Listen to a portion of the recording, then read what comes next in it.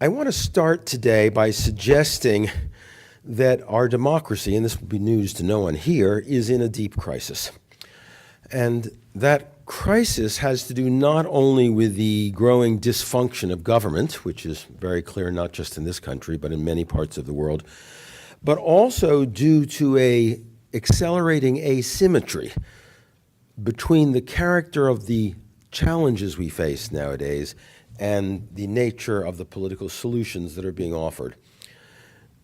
Just about every problem we face today, every challenge we face today is a cross-border problem, an interdependent problem, a problem that is global in scope. Whether you think about climate change, I don't think there's any New Haven warming, is there, Mr. Mayor, or Connecticut warming?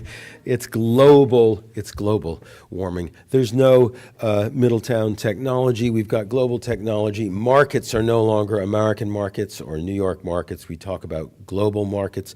Immigration, trade, disease, the pandemics we face today. When I was a child in New York, my mom used to say, don't go over to New Jersey this week. There's a virus. There's a virus over there you can catch.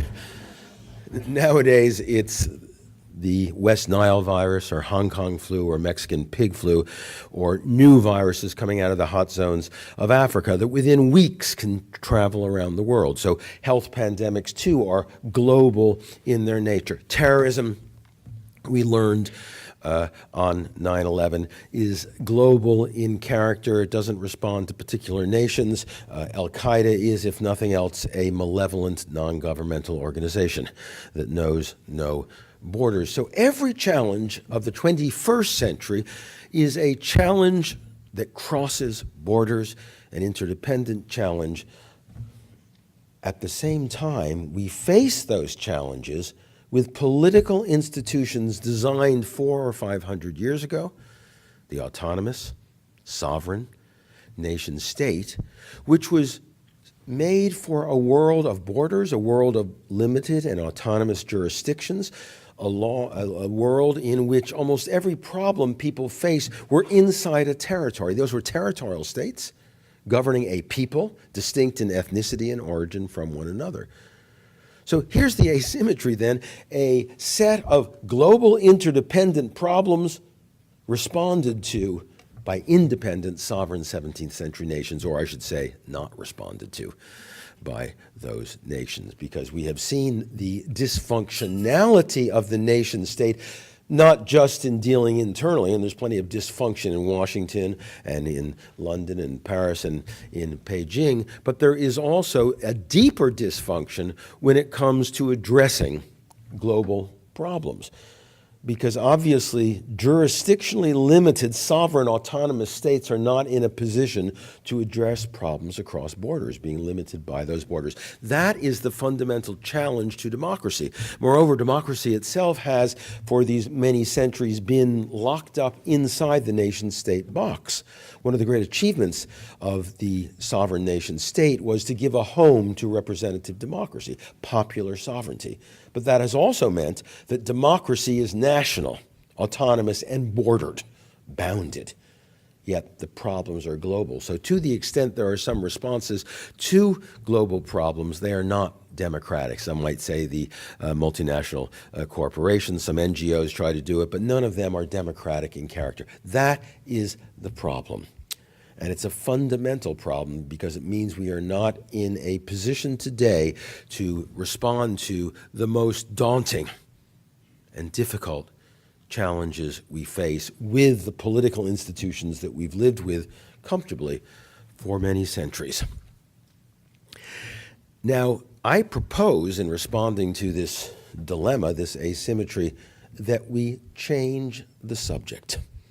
We stop thinking about talking about nations, sovereign states, and start thinking about and talking about cities. Stop talking about prime ministers and presidents and start thinking about mayors, city councilors, and the citizens of neighborhoods in our cities around the world. That in changing the subject, in fact, it may be that in cities we will find a political solution to the problem of dealing with cross-border problems. Now, there are a lot of virtues in talking about the city and changing the subject. Our civilization starts in cities. Democracy starts in cities. Cities are the cradle of our civilization. Go back to ancient Athens, or Thebes, or Alexandria, or Rome. Go back to Beijing. Go back to Damascus. Go back to the great cities of the ancient world, and we find that is where civilization is born. You might even say that human beings are, to some extent, an urban species. Aristotle said man is a political animal. I might prefer to say man, woman, is an urban animal. By nature, desirous of living in towns, in cities, and in neighborhoods.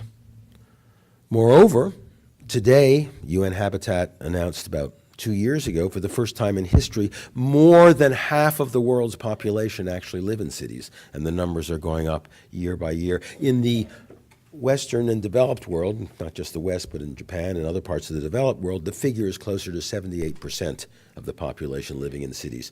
You will have seen an article in the Times today or yesterday about the extraordinary urbanization going in China, the raising of villages and the construction of cities that weren't there yesterday and that tomorrow might have as many as 1 million citizens. Not a few, not scores, but hundreds of such cities being set up. Whatever we think of that radical and rather imposed mandatory urbanization, it reflects the reality of the city as the primary dwelling place for modern women and men. So cities have this fundamental reality. And of course, they also have many virtues that states don't. Think about it. Cities are much more enduring, much older than states. Rome, much older than Italy. Alexandria, much older than Greece. Istanbul, once Constantinople, far older than Turkey or indeed the Ottoman Empire. Boston, much older than the United States. Our cities endure. They're there before states, and one might even imagine sometime in the not-so-distant future they may be there after states.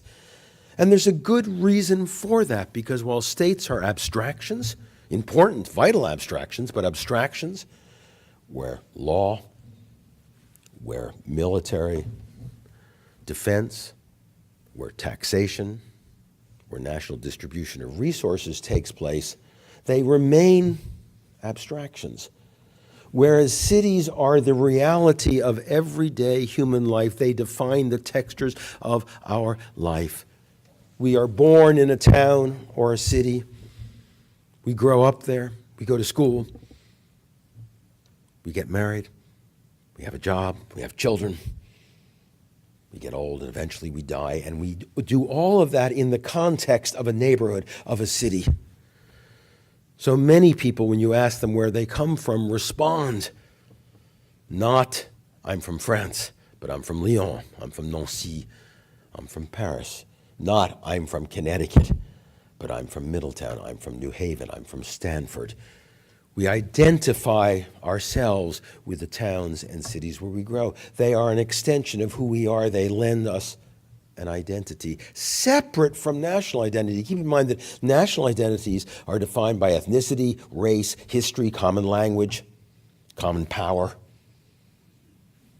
whereas city identity is defined by friendships, workplaces, schools, the things we do together, not who we are, but what we do together. And in that sense, too, towns and cities come much closer to defining our nature and give meaning. So it makes sense just from a generic point of view to say maybe we should go back and think again and talk about cities in confronting this democratic dilemma of a world too large, too planetary, too global, too interdependent for those fractured, rival, competing nation states that have dominated the political world for 400 or 500 years. In other words, if we notice that nation states and their presidents neither can nor are able to govern the world, then maybe the time has come for mayors to rule the world.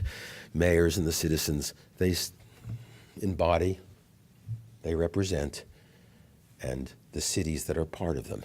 Maybe if a failed League of Nations, a failed united, or call it disunited nations, has not done the job, then a League of Cities, united cities, might be able to do that. That's the proposition I want to talk with you about today, not as a utopia, not as an aspiration, not to say, wouldn't it be something, wouldn't it be wonderful, maybe somehow then we could solve our problems, but to suggest to you that not only can cities and mayors play a fundamental role in global governance, but they already are. It's actually happening. There are scores and scores, not just of national city organizations like the U.S. Conference of Mayors or Mayors Against Handguns and those kinds of organizations. There are dozens and dozens of global organizations, most of which nobody's ever heard of. United Cities and Local Governments, UCLG, probably the most important organization in the world nobody's ever heard of. 3,000 members meeting for 15 or 20 years on every kind of issue you can imagine, from climate change to transportation, and allowing cities and their mayors to not just exchange best practices, but to develop common policies, watch each other, share things. It's already happening. The organization ICLE, International Council of Local Environmental Issues, again, has been here for 20 years, dealing with environment. The C40 more recently, now 58, 59 global cities working together. Few people know that when 4 or 5 years ago, after a long and dispiriting experience with the Kyoto Protocol, a pretty lame protocol to start with, 184 nations gathered in Copenhagen to see if they could update and improve Kyoto. After 2 weeks, they went home explaining why their sovereign character and autonomy did not permit them to make the agreements with one another, because somebody might take advantage, someone might be monitoring, watching on foreign soil our activities. When those nations went home having done nothing, it turned out that the mayor of Copenhagen, who, by the way, had been the environmental minister before that, but went back to the mayorship of Copenhagen saying, I can do more as mayor than I could as environmental minister, she invited several hundred mayors to Copenhagen, and when the prime ministers and presidents went home, they stayed. And they began to work on common practices. They began to think about what they could do to address global emissions. So the organizations are there. They are doing it. Cities are already playing a role. Clearly, cities by themselves, one at a time, can't deal with global problems any more than states can. But the difference is, unlike states, cities know how to work together. When states come together, the relationship looks something like this. When cities come together, it looks like this. They are naturally interactive. They lack the power, the sovereignty, the military force, and the territory that makes nations into rivals. They share the common problems, the common challenges, wherever they are, that allows them to work together. Whether you're in Beijing or Jakarta, whether you're in Kano, Nigeria, or Stamford, Connecticut, issues of transportation, employment, schooling, sanitation, health, are roughly the same. Mayors, city councilors face roughly the same problems in any urban neighborhood around the world. And thus, both the incentive to cooperate, but also the capacity to cooperate, the absence of the things that keep nations apart, are present in cities. So when cities begin to act together, as they already are, they are in a position to move across borders and begin to solve together problems that no state, or indeed no city by itself, can solve. And I think there's a very good reason for that. And that reason has to do, to some degree, and this is a nice way to kind of dramatize it, not just with the character of cities, but the impact of the character of cities on the character of mayors. Because I would argue that mayors are a rather different kind of politician than you find in national politics. And indeed, despite the fact we think of a kind of continuum, few mayors go on to national office. In the United States, no mayor of a major city has ever been president of the United States. Only 2 mayors went on to serve as president, and one was Coolidge, who was very briefly mayor of Northampton, Mass., and the other was Cleveland, who was for about a year the mayor of Buffalo. But for example, no mayor of New York City, no mayor of Chicago, no mayor of Los Angeles has ever gone on to higher office. I don't think that's just an accident. I think it has to do with the different functions, the different understanding of what governance is at the city level and the national level. And let me tell you why that is. First of all, to be mayor is more than anything else to have to be a problem solver, to be a pragmatist. National politicians tend to be full of good rhetoric, full of ideology and high principle, incarnated as ideology. And it's those very things that often get in the way of solving problems, because adherence to principle, we see that in the Congress today, is far more important than actually solving problems. Mayors simply can't do that. Mayor Nutter said 2 years ago, at the beginning of one of these periods of frozen paralysis in the Congress, he said, here in Philadelphia, we just can't get away with what they get away up in Washington. Someone's got to open the pool in the summer. Someone's got to pick up the garbage. That stuff has to happen. We just can't get away. We can't sit around arguing, talking ideology, talking principle. We've got to solve the problem. Pragmatism is a mandate. It's not a preference, it's a mandate. Because in cities, the challenges are extremely practical and they demand a solution. It's also the case that mayors on the whole are compelled to look right across the spectrum. You can believe deeply, as I do, in the public realm, in the importance of res publica, the public good, but you also have to deal with the private sector if you're a mayor. You can believe in unions, but you also have to believe that unions have to deal with the real world of parents and children.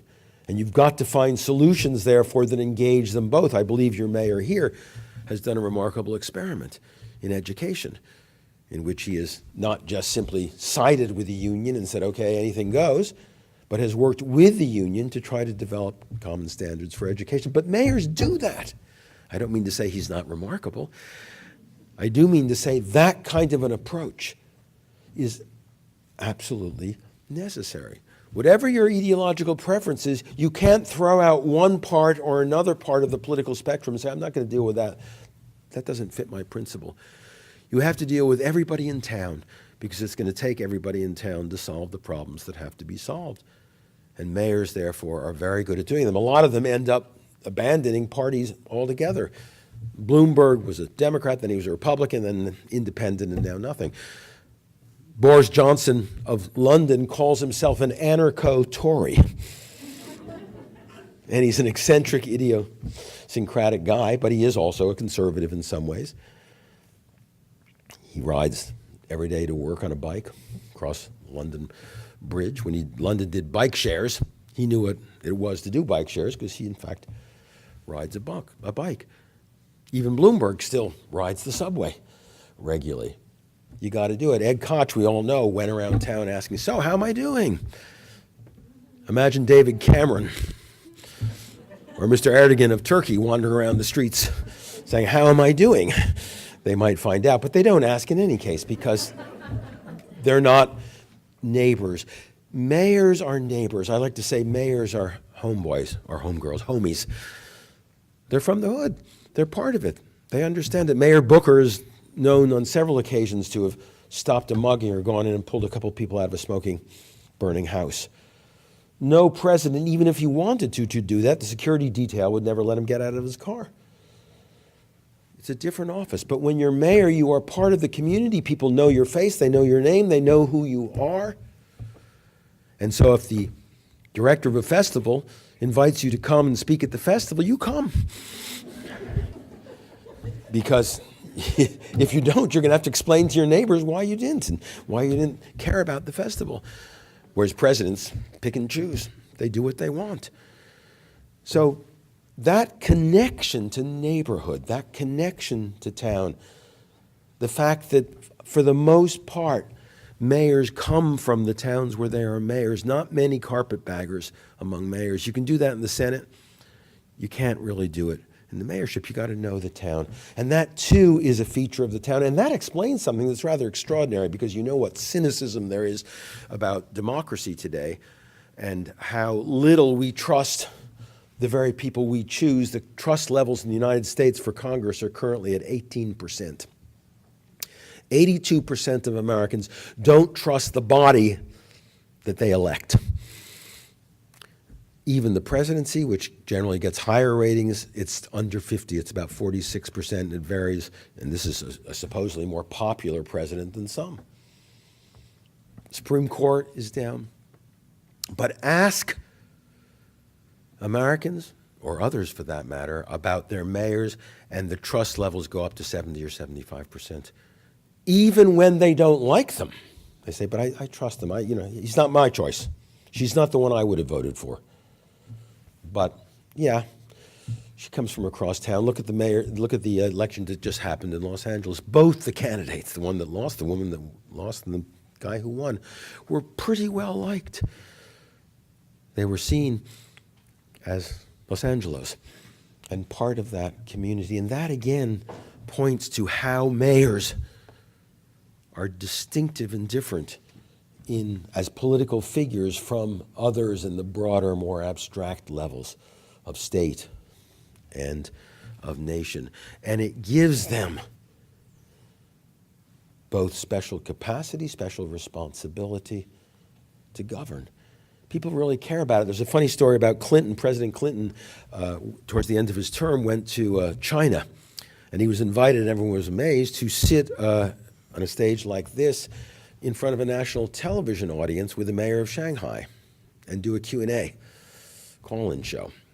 And as you know, Clinton was extremely popular in China, so everyone assumed the mayor of Shanghai would just be sitting there and everybody would be calling into Clinton. 80% of the calls were to the mayor of Shanghai, with Clinton standing on the stage next to him. What happened to the new waterway? Why isn't the garbage in our neighborhood being picked up? What's going on?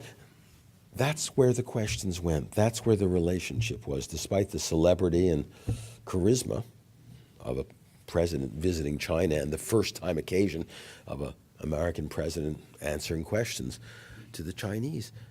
And that, again, is typical of this very special position that mayors have. And part of that, too, comes from and points to what it is that cities, in fact, can do, because these qualities mean that cities can address a lot of the problems that aren't otherwise being addressed. And they're doing it one by one, but more importantly, they're also doing it together. And let me just give you a couple of examples of the kinds of activities that cities are engaged in one by one, but also with one another across borders, city borders, national borders, global borders, to solve the problems that dysfunctional states are not solving. There is no more urgent question, I believe, in the world. Not nuclear proliferation, not terrorism, not poverty. Those are all terrible problems. But there's one above all that we have to address if we're going to survive as a species on this planet, and that's climate change. Absolutely central. We have watched, I mentioned it at the beginning of my talk, we have watched year after year after year in Copenhagen and Durban and Rio, states come together and explain why they can't do anything. And they have done nothing. And the particulates per million has gone way above the 350 level that most people say, it's up to 400. It should be under 350. The rise in temperatures, way beyond what it should be. And the gradual rise in sea levels that now we're beginning to believe really might impact people, because it's not just down in New Orleans and the Ninth Ward that poor people are drowning, but in New Jersey and Manhattan that people are threatened with drowning, and people are beginning to realize climate change is an issue. And cities have said, we are unwilling to sit and wait while our dysfunctional states explain why they can't do anything. And there's a simple fact that suggests why they don't have to wait. 80% of carbon emissions come from cities. 80%. which means that when mayors take action in their cities, with or without the cooperation of states or the national government, they can have a profound impact on climate change. They are doing it. They have done it. Just a couple of examples. Mayor Villaraigosa, 6-7 years ago, came into office in Los Angeles and thought maybe it was about time to do something about carbon emissions in LA. Like me, like all of us, he first thought, well, I guess I have to do something about the freeways and cars.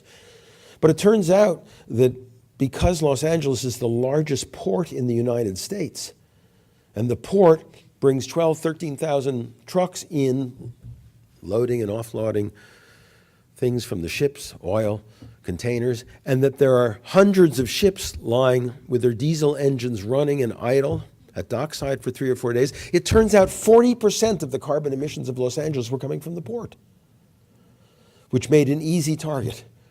Not easy in the sense that it didn't take a lot to do it, but easy in the sense that there was something very specific.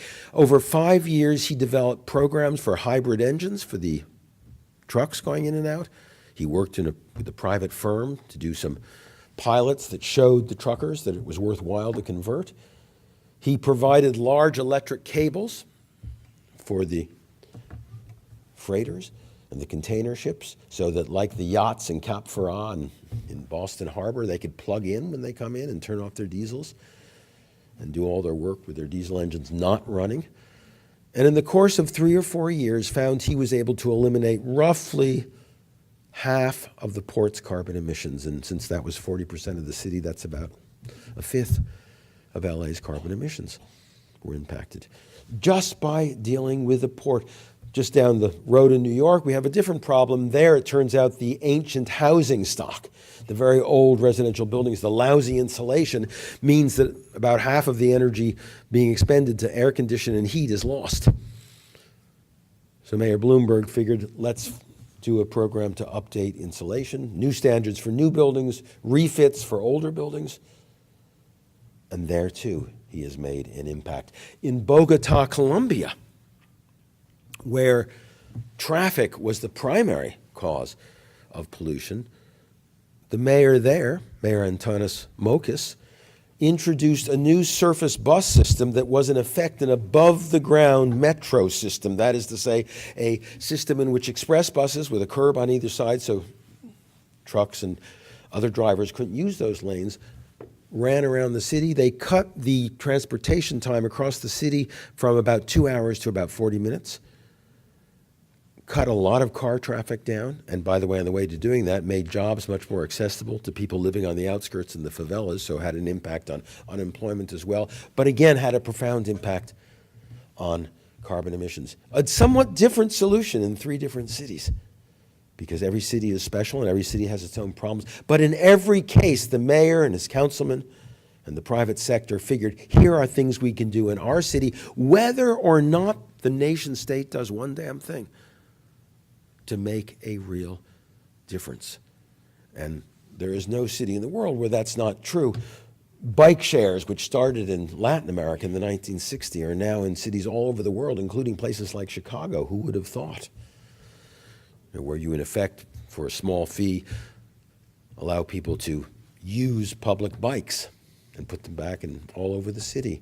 And that has made the use of bicycles in cities where nobody ever thought of using them much, much more popular and cut back on traffic. We know all kinds of other solutions, pedestrian zones, congestion fees, no drive areas. There are many, many ways a mayor, a city council, and a city can impact carbon pollution without anything being done by the national government. So there's one example. Now, the other day I was in Antwerp in Belgium, and I said that, and the reporter was there and said, well, that's easy. I said, oh, really? I'll let Mayor Villaraigosa and Mayor Bloomberg know how easy it is. But even let's say that climate change seems a little easier, it's happening in many other areas that aren't so easy. I'll mention 2 others.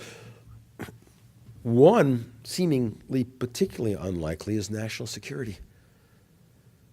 After 9/11, Mayor Giuliani dispatched most of his intelligence squad from the New York Police Department, down to the forming Homeland Security Department, in the hope that the New York Intel Squad, by being at Homeland Security, would be in a position to glean important intelligence and so forth and be of help to New York as it tried to stave off potential future attacks. We all know that with terrorism, information and intelligence is perhaps the most important way you can actually deal with the potential terrorist threats. After about 18 months, the Intel Squad came back to the city. By then, Bloomberg was mayor, Ray Kelly was the police chief, and they said, you know, I don't know what you think we're going to do in Washington, but I can tell you one thing, there's no intel in Washington about anything. We're not learning anything. The FBI doesn't talk to the CIA. The NSA is not talking to anyone. We know now why. They were busy looking at people overseas, watching conversations overseas. But the fact is, there is no intelligence of any value coming through Washington that affects us. So Ray Kelly suggested to Bloomberg, and he agreed, let's redispatch our intel squad. You go to Hong Kong. You go to Frankfurt. You go to London. You go to Rio. They sent their intel detectives to a score of cities around the world with one-on-one exchanges with other urban police departments in crucial urban crossroads where terrorist traffic and intel was easy to come by. One of the reasons, certainly not the only, but one of the reasons New York has remained relatively safe since that time is that they now have a city-to-city international intel operation, which doesn't go through Washington. Bloomberg said recently at a speech at MIT last year, I don't really deal with Washington very much. I have my own foreign service in effect, and I deal with the UN. The NYPD is one of the largest, the 10th largest army in the world, and I have my own intel squad abroad. Washington doesn't like it very much, but I don't really care what Washington thinks, he said. Now that's, of course, Bloomberg talking. But it also was the truth. In the 1970s, you remember that famous New York Post headline, Ford to New York dropped dead during the fiscal crisis. Today, it's New York to Washington, drop dead. You don't know what you're doing, we'll try to do it ourselves. And cities around the world are doing that. One more quick example in another vital area. One of the most difficult things that mayors face, that cities face, is undocumented workers, so-called illegal immigrants. We know that around the world there are as many or more undocumented workers as documented workers. In Europe, they come up from sub-Saharan Africa through Morocco into Spain and then fan out across Europe looking for jobs. The logic of the law says they're illegal. The logic of global economics say go where the jobs are. And they don't see themselves as illegal with respect to the logic of the market, nor do the employers who draw them there, because jobs know no borders. But that creates a problem. Here in the United States, we know there are 11 or 12 million undocumented workers. In Europe, there are probably 5, 6, 7 million, and many more in capitals around the world. In Mexico, there are scores of Guatemalans and others who are illegal, undocumented, working in Mexico. Now, the state takes the attitude, they're illegal, they're undocumented, so they're not here. They can't be. And you say, but they are. They said, well, they're not, and it's not our problem if they are, because that's not a position a mayor can adopt. Because a mayor is in a situation where there are real human beings with real children who are holding jobs with or without papers, who are driving cars with or without licenses. And they have the situation of, how do I recognize, acknowledge these folks, and include them as at least local citizens, certify them, give them some rights and privileges, but also give them some responsibilities. Registration with the police, we can follow criminal behavior, drug behavior as well. How do we do that? Well, many cities are now developing the equivalent of what some people are calling urban visas, city visas. Cities are saying, you may not be legal with respect to the national government, and we can't do anything about it if the Homeland Security comes and throws you out. But meanwhile, you're living here with your kids. So if you will agree to our rules, we will give you ID papers. We will give you a license. I know that Mayor DeStefano has done a program like this in New Haven, which is a model for many, many other cities. Some people probably think he's a man of extraordinary principle to do that, and that's probably true, but it's also true he's probably an extraordinary pragmatist, because those folks are here in the city, and either you recognize and allow them to become part of the fabric of the city, documented within the limits that you can document them within a city, or you, with the national government, pretend they're not here and pretend the crimes they commit haven't happened and pretend the children who are in school aren't there and pretend the visits to the emergency room haven't happened and aren't costing your city money. And mayors, being pragmatists, generally prefer to look reality in the face and say, this is a real issue and here's how we're going to deal with it, whether or not the nation state does so. So in many, many different realms and domains, cities and their mayors are actually solving problems, dealing with dilemmas that nation states are refusing to or are incapable of dealing with. So what's the bottom line here, then? For me, it's clear that if we are to survive as democracies in the world, if we are to deal with the realities that afflict our lives in cities and towns across the world, then we have to deal with reality. And the politicians and the political structures that are doing it are city councilmen and women, our mayors, and the citizens who stand behind them and elect them of the cities. Because, by the way, it turns out they are almost always the first victims of the problems the nation state doesn't deal with. If there's a terrorist attack, it'll be people who live in cities who will be the victims of it.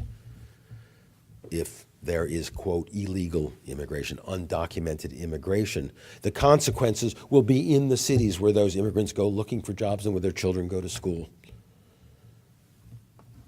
The cities know, and people who live in cities know, they will suffer the consequences of unsolved, unaddressed, unresolved 21st century challenges.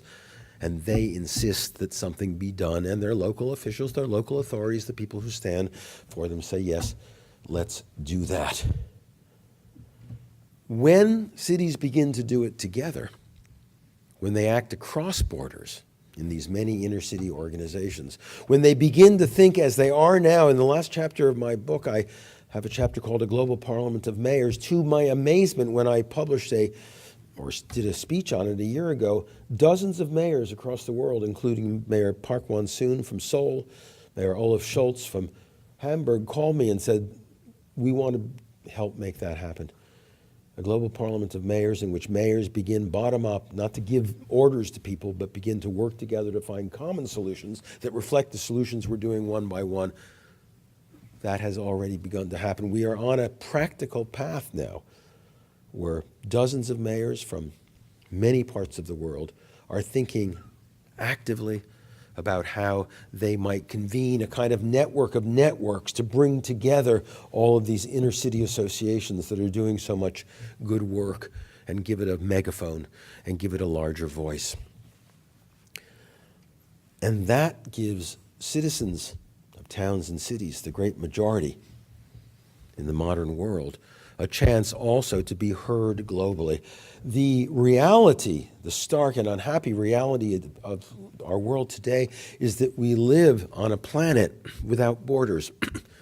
We have diseases without borders and doctors without borders. We have terrorism without borders and a war on terrorism without borders, as we've learned recently.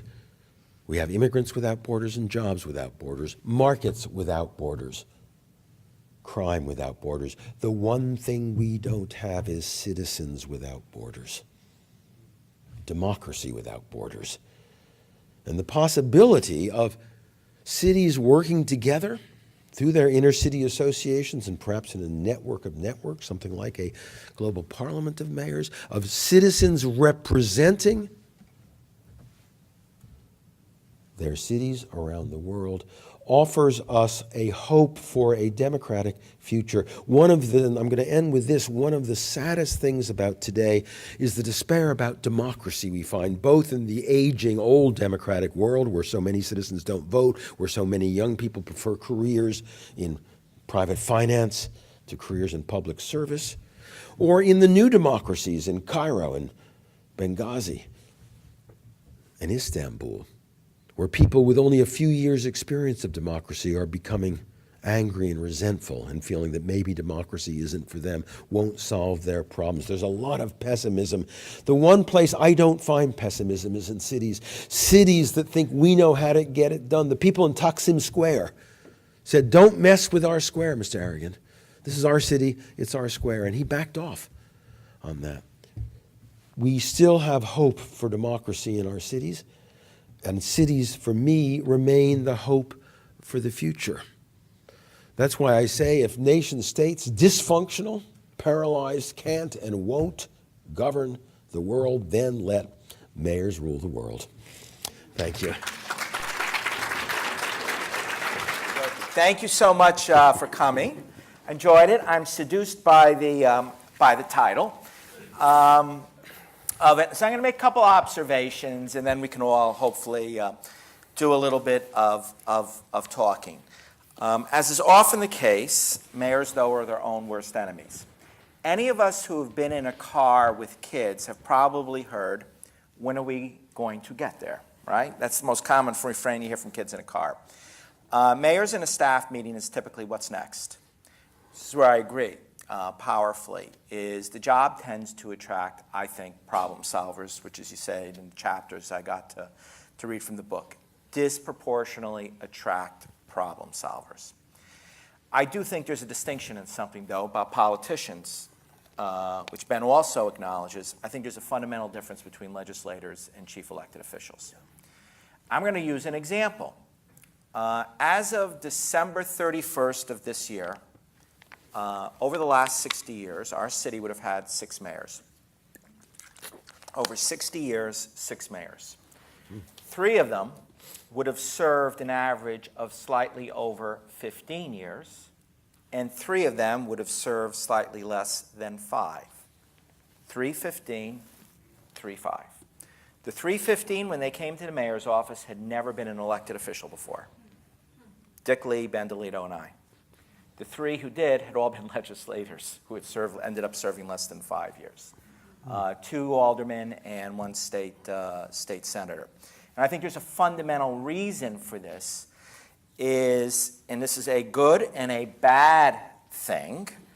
I know you all think I'm open and listen to everything everybody has to say and can change my mind. Mayors tend not to deliberate. I think it's just a characteristic of the job, which is literally you get hit with so many things. You do not deliberate. You tend to be, as a former president would say, a decider. You tend to be a decider. You tend not to deliberate. I'll make a distinction. And for those of you who were here last night, I made this about Mayor Bloomberg and about school reform. When I gave my pitch at the end about school reform, there's going to be hell to pay in New York from the teachers union in school reform. And it's because Mayor Bloomberg didn't deliberate. He decided for all of us, which I generally think is a good thing for me to do for all of you. So he didn't deliberate. He decided, and there's going to be a consequence to that. And I think that speaks to something else, which is that notwithstanding some people's horrible experiences in New Haven, we in these jobs tend to be here on a transient basis. We're not here. We don't sustain interest. And so the ability to, when we get together, is rather interesting to observe. There are 2 large, national organizations that a person like me could join. United States Conference of Mayors, National League of Cities.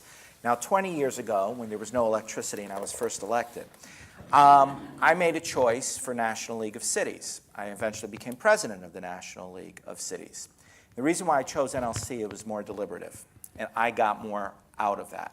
USCM, you know what the joke in Connecticut is about Dick Blumenthal. The most dangerous space in Connecticut is between Dick and a camera. And it's not my joke, I've heard it. USCM, if you ever see Mayor Bloomberg go there, Mike Nutter's now president of it. Mike's a great mayor. Is press conferences by very big city mayors. is press conferences by big city mayors. Trust me, there's not, unless it's in a bar with alcohol, there's not a lot of sitting around and engaging. People come to the table with issues, and they use the organization to advance them. That's what always appealed to me was League of Cities. It overprocessed information. Now, having said that, I want to make a distinction about issues and bring it back to where Ben took us, which I think is a good place to go. There are two kinds of issues. There are issues you can talk about in these groups and issues you cannot talk about in these groups. And it's sort of like they tend to be social issues, which tend to be representative of something larger, of either sections or of political parties, because it is absolutely true. We are not focused much at all on political parties when we get together. We talk about things. We solve problems. We don't deliberate. So give you an example of one we were able to talk about, immigration, for all the reasons Ben said. Colossal failure of the federal government. For us, this isn't an abstract thing. This is, remember when we talked about it in New Haven in 2005, 6, and 7, we'd always, I'd come and tell you the ATM story. What's an ATM? No, it's not a banking machine. It's someone who looks Mexican walking down the street at night, who someone's going to make a withdrawal from because they know Mexicans don't open bank accounts and they can get cash from them. And that's not good for the neighborhood to have street crime going on and to have some of our residents afraid to come talk to the police because where they come from, the police are not very nice. Well, not the paragons we have here, mostly all good, a few exceptions. Mostly it's like mayors, it's like all of you. You're not all nice. So it's a practical problem. And so now here's the interesting thing. So when we did our little, what I used to call the beach card, the Elm City resident card, do you remember what that was like in 2007? Remember like people were saying the world is going to end? There are more communists in New Haven than in Moscow. And then, you think about that. That was true, by the way. But Absolutely is. It's really awful. Anyway, they're Democrats. Anyway, we just passed state legislation to give undocumented what? Driver's licenses. Yeah. I'm sitting down here saying, my God, it was the only time I had threats against my person or anything. I'm saying, they get a free ride. But here's the thing. I actually think the city, in a small way, with cities around the rest of the world, actually helped change people's thinking. Now, the action began to take place on a state level. The other great example of this, of course, and this is a pitch for federal systems where you've seen change, is on gender equity laws. Things happened, right? Federal government passes the Defense of Marriage Act in 90, whatever it was, probably thrown out by the Supreme Court.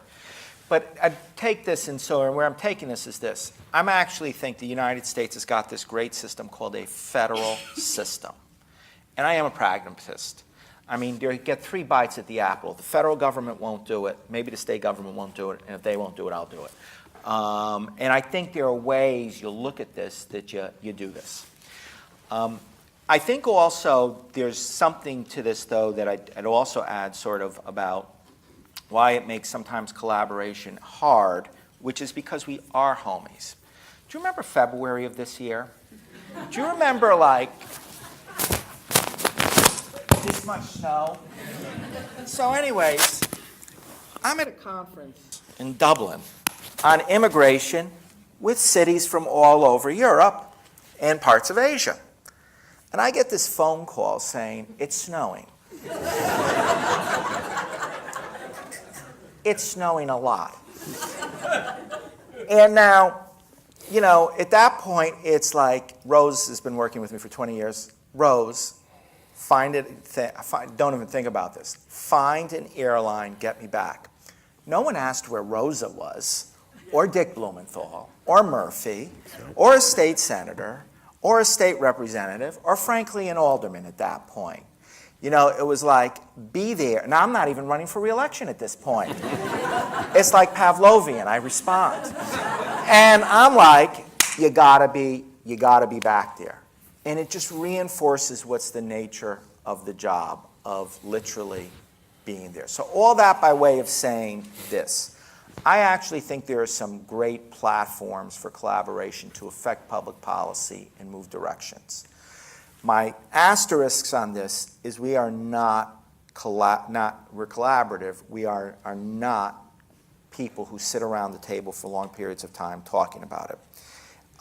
We will assign staff who we will terrorize and threaten to sit around long periods of time and talk about it, but we don't. We're transient. Poor Mike Nutter's term limited is out of office in another year. Bloomberg was term limited, but He fixed that. fixed that. But actually would have had a tough time in a re-elect cycle, I would suggest, coming up. So there are places to do it. It's hard to do because it's hard to sustain. There are sweet spots. There are actually, I think, places for great collaborations internationally of mayors, because there's always someone who's interested, and you make something out of it. And I'll just end with it on this note. It's what I said last night here, for those of you who are here. I happen to think New Haven can do something wonderful around health care and health costs that could be absolutely nationally unique. And Malloy isn't going to do it, Obama isn't going to do it for us, but we can do it for us with the 2 health clinics, the merged hospital now. There's something to do with that, but that's a choice. And God knows there'll be some other cities that'd be interested. So there are great ways of doing it. So I'm not ready to travel to the World Parliament yet, but I think they're great places for collaboration. I think you're always going to have this distinction in people who run for elective office. I agree strongly with what you say. I mean, geez, right? Ran for governor in 2006. That didn't work out so well. You tend to end up being local and in this very sweet spot. So that's my pitch. Mary Lou, okay? So I can go see a church tomorrow. I'm okay. So.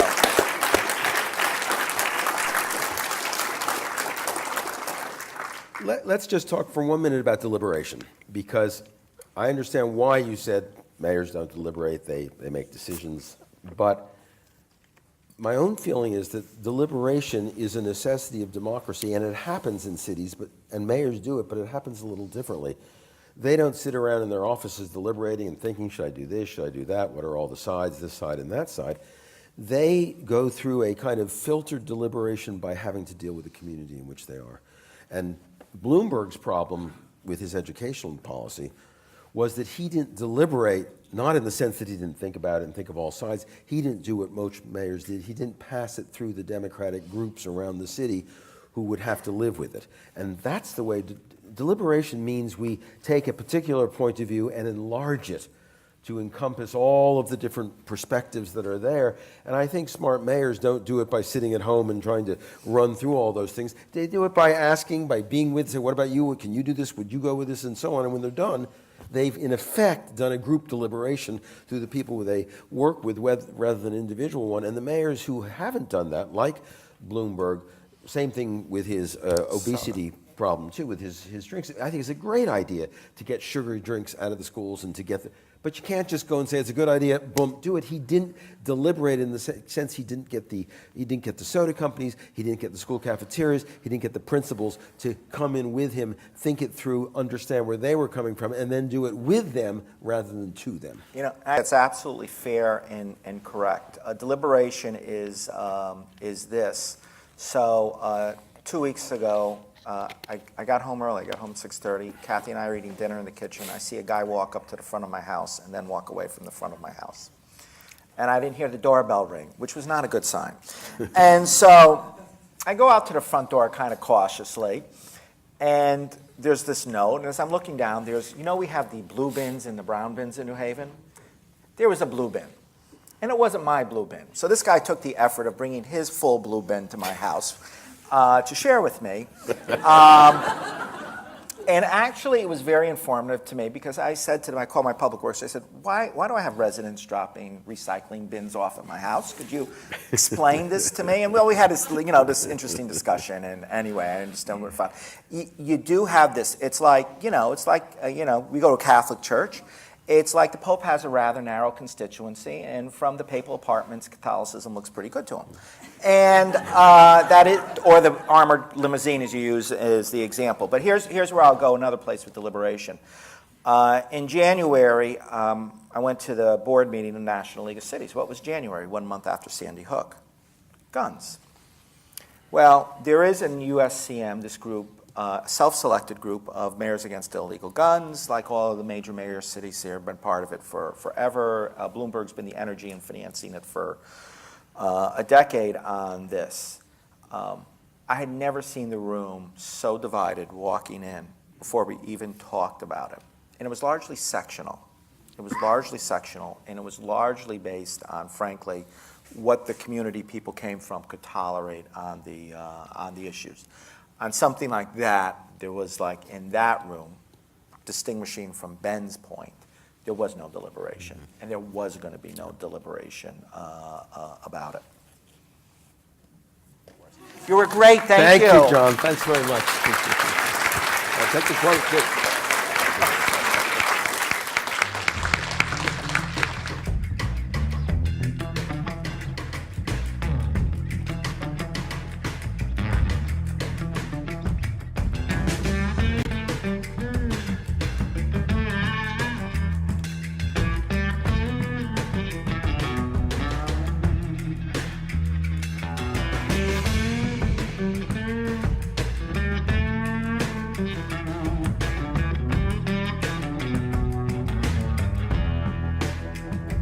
Paul and Silas bound in jail, had no money for to go their bail. Keep your eyes on the prize.